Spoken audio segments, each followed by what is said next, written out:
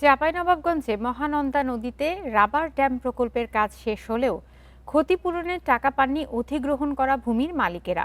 ৯ বছর ধরে অপেক্ষায় তারা। স্থানীয়দের অভিযোগ, জেলা প্রশাসনের পক্ষ থেকে বারবার আশ্বাস দেওয়া হলেও নানা অজুহাত দেখিয়ে অর্থ আটকে রাখা হয়েছে।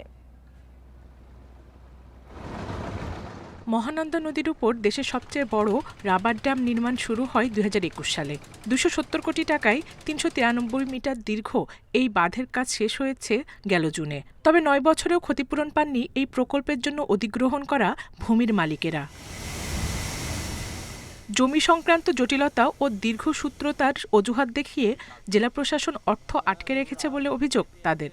আমাদেরকে শুধু বারবার বলছে যে ১ সপ্তাহের মধ্যে আমরা ব্যবস্থা গ্রহণ করছি, ১ সপ্তাহের মধ্যে আপনাদের টাকা বুঝায় দেওয়া হবে। ধোঁয়াশার মধ্যে আছে যে আসলে কখন পাবো এটাও সঠিক কেন ওনারা বলছে না, বা আসলে নোটিশে কয় টাকা পাবো। জমি কাটা কাজ করলে এখন পর্যন্ত কোনো টাকার উদ্দেশ্য নাই। যখন বাধা দিই তখন বলে যে এই ১ সপ্তাহের ভিতরে হয়ে যাবে। পানি উন্নয়ন বোর্ড বলছে এই প্রকল্পের জন্য ৬.৫ একর জমি অধিগ্রহণ করা হয়েছে জেলা প্রশাসনের মাধ্যমে। ক্ষতিপূরণ বাবদ ৭০ লাখ টাকা এরই মধ্যে বুঝিয়ে দেওয়া হয়েছে জেলা প্রশাসককে।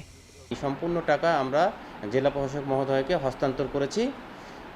প্রকল্পের অবশিষ্ট যে কাজগুলো ছিল সেই কাজগুলো সুষ্ঠুভাবে সম্পন্ন হয়েছে। এখন পানি উন্নয়ন বোর্ডের বা পানি সম্পদ মন্ত্রণালয়ের এন্ডে কোনো কাজ নেই, এটা একটা সমাপ্ত প্রকল্পের তালিকায় চলে গিয়েছে।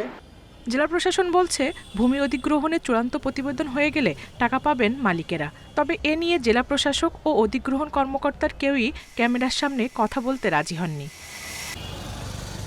Independent news.